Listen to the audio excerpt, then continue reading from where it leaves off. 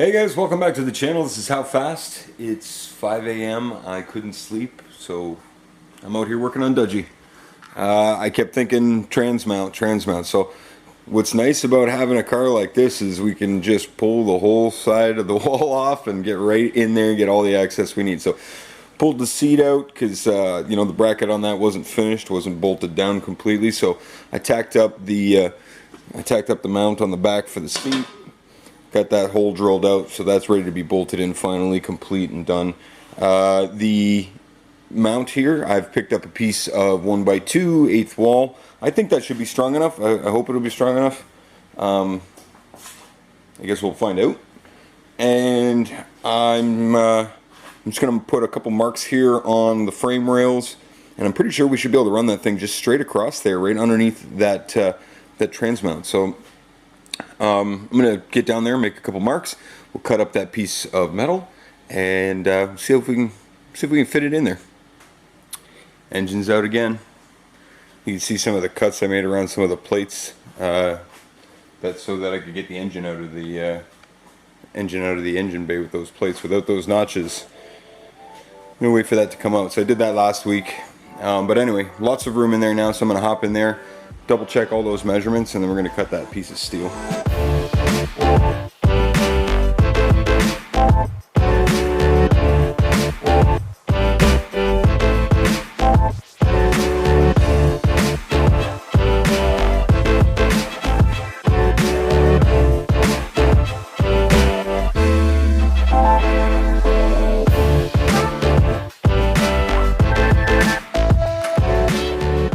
Alright, got that tacked in, just a couple tacks on the side, right about where I think it is. Measured out where the holes are for that mount. So I'm going to place the engine back in there, mark, make sure everything's dead center or dead straight where it needs to be. Put a mark on that, drill that out, can bolt this in.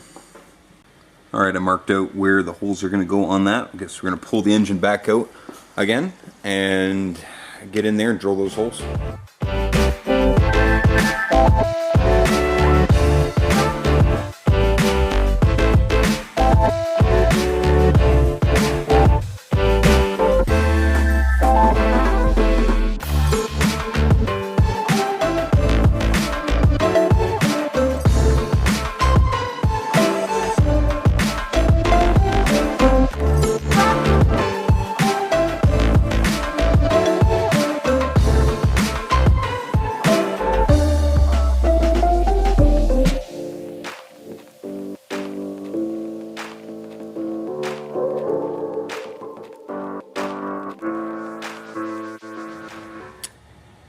Alright, that's all drilled, ready to go.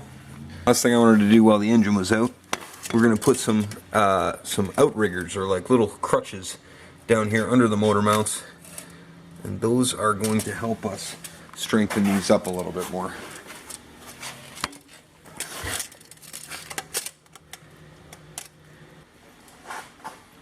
Alright guys, got the little crutches made up here, ground down so they fit nice underneath our motor mounts. Ground down some of the paint underneath the motor mounts now, so I'm going to go tack these in, make sure they fit really well. And then, like I said, we'll drop the engine in one last time, and then we can pull it out and get welding. Like final welding. Finally. Alright, next day, feeling a little under the weather. But I'm going to climb down here, I'm going to clean this all up down here, I'm going to climb under and start welding up those crutches we put down under the braces, or under the mounts there. And then we're going to lift this thing up, we're going to put that LS2 pan on, and we'll stick it back in.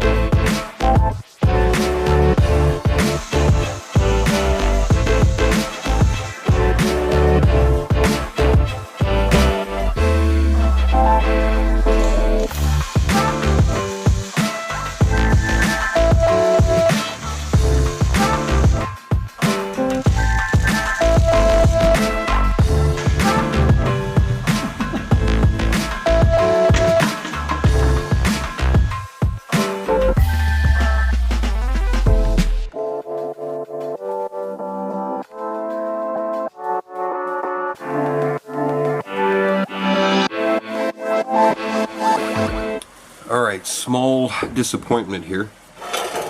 It's the LS2 oil pan. This is the front. Something I didn't consider is the oil filter is relocated up here. And because of that, this area in here is right up against the K-member. Like, these would just be a little too tight. I don't think we can use this pan. We're gonna have to go with like a custom oil pan or a dry sump or something like that. I would probably just see if I can find a lower profile pan, because I really don't want to go dry sump.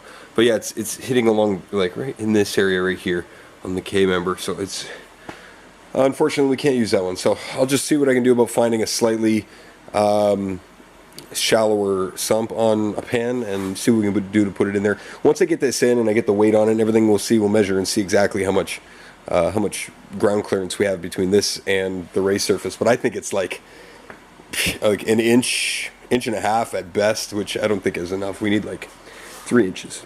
So okay, well, knowing that now, I'm gonna throw a coat of paint, black paint, on all these and then back in.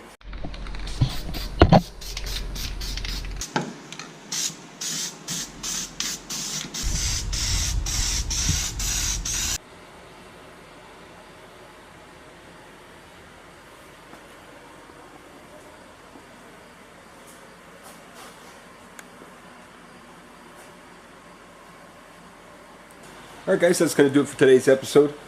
Got the transmission mount in, got those crutches underneath the motor mounts, all welded in. So I think, good progress as far as I'm concerned. I could pretty much take the hoist off of this, but to be honest with you, this engine's probably going to have to come out a couple more times. I still want to get in. I'm going to finish up. There's a couple of rib nuts that need to be put on the inside of the trans tunnel here. I'm going to cut some of this old garbage out here. And then I started thinking we probably want to think about hoops for over the drive shaft and also some sort of small structure in underneath where the shifter would be out of steel. So I'm going to think about those and also the drive shaft hoops. And we're also going to start reconditioning and looking at the rear pumpkin that we have. We have that 9-inch full spool.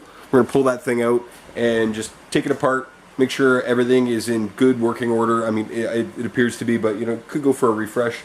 And then we'll pull the transmission out. We'll send the transmission off to get rebuilt so that it can handle the horsepower that Dodgey's new heart is going to put out.